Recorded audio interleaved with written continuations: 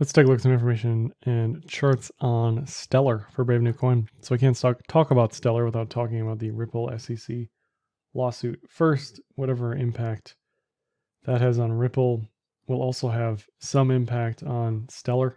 You know, you can game theory this out. If Ripple wins, does the Stellar price explode? If Ripple loses, does the Stellar price implode, or does it explode because then there's no competition for Stellar on US exchanges?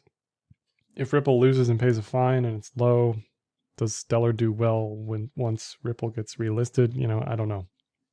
These are all like questions you can go through. But the resolution of this will most certainly have an impact on Stellar.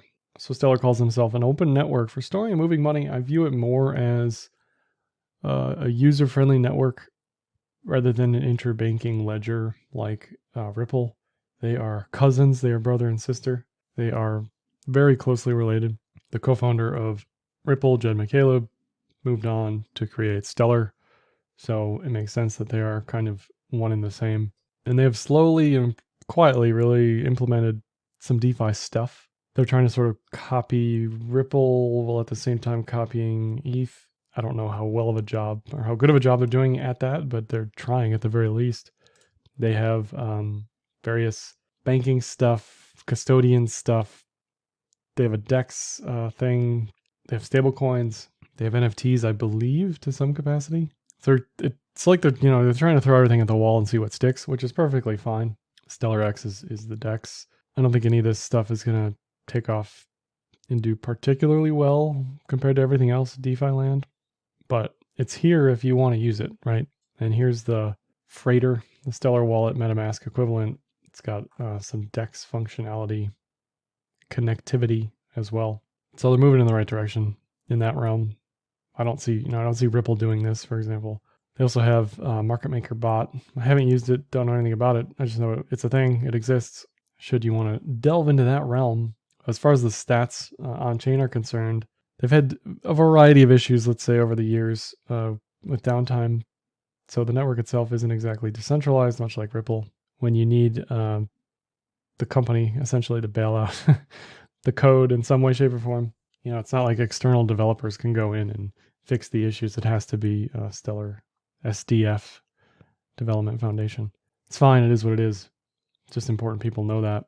Originally, they had 100 billion supply. They burned half of that at the end of 2019, mainly because they couldn't give it away fast enough. They had a variety of airdrops on blockchain.com, on Coinbase, all sorts of places. So currently there's 24 billion circulating, 26 billion currently held, uncirculating by the SDF mainly. So they certainly benefit from the sales of Stellar. I don't know what percentage of sales they have or how the supply works out, but the circulating supply is slowly increasing over time. It's ticking up slowly. They did previously have a proof of stake component as well. They voted to get rid of that. So I don't know exactly how this supply drip works. Looks like they have some burns here as well. I have no idea how that works on the Stellar side of things. But if you really want to, you can go through all of these addresses and see who's holding what, which exchanges are holding what. Binance Cold Storage is one of the biggest holders of Stellar. So there's a ton of Stellar just sitting on exchanges. And most of the other wallets are SDF something. This is the burn address, 55 billion sent to that. Bittrex, also a very large Stellar factory for storage. Binance, Kraken, again, these are all the hot wallets. So you can go through this list and see what is sitting on where. But user average, whatever, active addresses, basically is what I'm trying to say, continues to increase. Not exactly a one-to-one metric for bullishness, but you'd rather see that going up than going down, certainly. Looking at transaction counts and average transaction values, this was the massive burn in November 2019. Since then, transaction counts have continued to rise. Some of this is DEX stuff. Some of this is just general DeFi type activity. Transaction counts hit all-time highs in September this year. The average transaction value is just kind of flat. I don't really have anything to comment on there. But as these transaction counts are increasing, average transaction values are decreasing, which typically is a signal for an increase in microtransaction activity on DEXs or wherever else. And to just contrast it with Ripple, definitely would rather see it look like this on the transaction activity than Ripple's sort of flat line. Also, like Ripple Stellar's active addresses have picked up in a big way. This was previously the staking component, I believe, from 2018 to 2019, mid 2019. So since then, active addresses have been flat, but they have hit new multi-month highs over the past week. NVT, inverse metric of economic utility relative to price, is flat and near all-time lows for Stellar. One thing to note with NVT, for the most part, you want everything between 0 and 50. For whatever reason, Stellar's NVT has always been incredibly high, the highest I think I've ever seen on any coin. You know, it was in the multiple thousands for a long time, and it's still on its way down. So on-chain activity is finally picking up with market cap here. It took 5 years or however long it was. We can see the NVT declining. So as market cap is stagnating or rising slower than on-chain activity, NVT is catching up and coming back to reality. So if you're a Stellar maximalist, you want to continue to see NVT falling over time, because comparatively, an NVT at 300 is still incredibly high for every other coin that I know of that has an NVT that's measurable. Looking at market cap versus on-chain activity in a different way with MVRV in the fill there, for most coins, MVRV tops out at 2x. Similar to NVT here, Stellar's and MVRV previously has topped out at 10. Most recently, it's topped out at 4 at that all-time high. Currently, it's still at a 2.8 multiple. So if Stellar does move higher, I'll be watching MVRV very closely. Anything near 4, and that's definitely closer to the end for the run. But you can see here how it hit 4 3 times before eventually pulling back. So it's definitely not the end-all be-all, but it's definitely a warning sign that this is getting more and more overbought. On Google Trends over the past 5 years, for the most part, Stellar's just been flat and down. Had some activity earlier in the year, but ever since June, it's just been flat. So if Stellar does get a run up, you definitely want to see Google Trends pick up in a big way. You want to see Google Trends ideally surpass anything we already saw in 2021. And just to show you kind of how this looks towards the end of a cycle, if we look at Shiba today, right now, as it's exploding, right? Sure, some of this is like the dog, but most of this activity is crypto related. Coinbase went down today, maybe still be down, in large part due to retail trading of this. So when I see this, I get worried for price, because at that point, it's a good indication that any of the new money or new interest is definitely in. You know, that's like peak euphoria, peak mania, peak search activity. Turkey, for some reason, number 1, United States number 3. But that's why I watch Google Trends. You know, what does it look like? What did it look like at the previous all-time high? What does it look like now? And how much further can this keep going? You know, it doesn't give you values per se, it just gives you a relative value. But it's definitely a new all-time high in that realm.